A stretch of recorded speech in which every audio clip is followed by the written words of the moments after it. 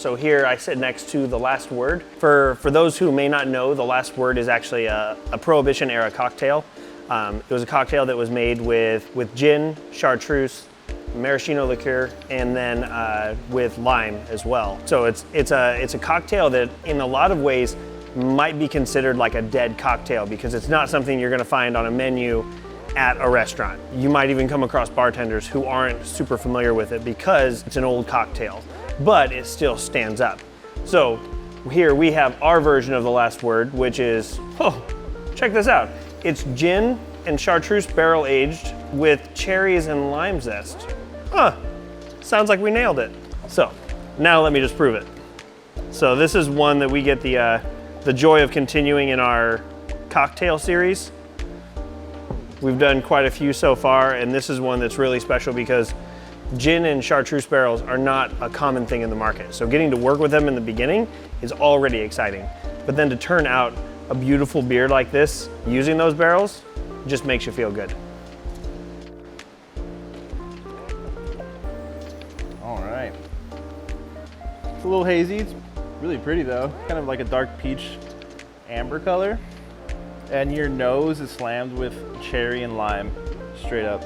The almond pulls through a little bit as well. It almost gives it more of a kind of a sweeter cherry note. I don't know if you've ever smelled like almond extract. Yeah, it's a little bit of that as well.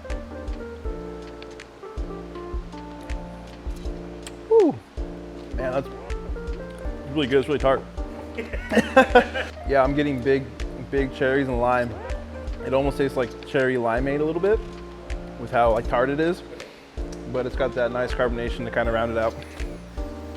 So right up front, you just get a lot of cherry and lime. I get that the aromatics are really strong with that. You get some notes from the chartreuse and the gin, so you get this like this sweet spirit that you get there as well. But prominent is definitely the maraschino, the cherry aspect of it, because in the cocktail, it was equal parts of the spirits and the maraschino liqueur. So it was definitely a sweet drink at the time too. Yeah, I actually think I'm drinking this in the wrong glass. I almost want this in like, maybe like a highball with some ice and a cherry on a stick. So I'm definitely having this with dinner.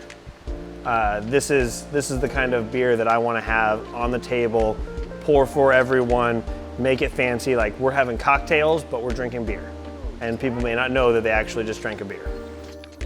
Yeah, my last words, if I was out on the brewery floor and I had one last thing to say, I'd look at Mike in the eyes and say, "Send it."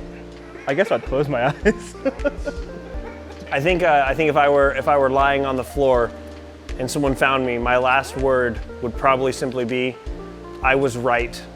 Because let's just be honest, I'm married, so I basically never get to say that. Because she's always right.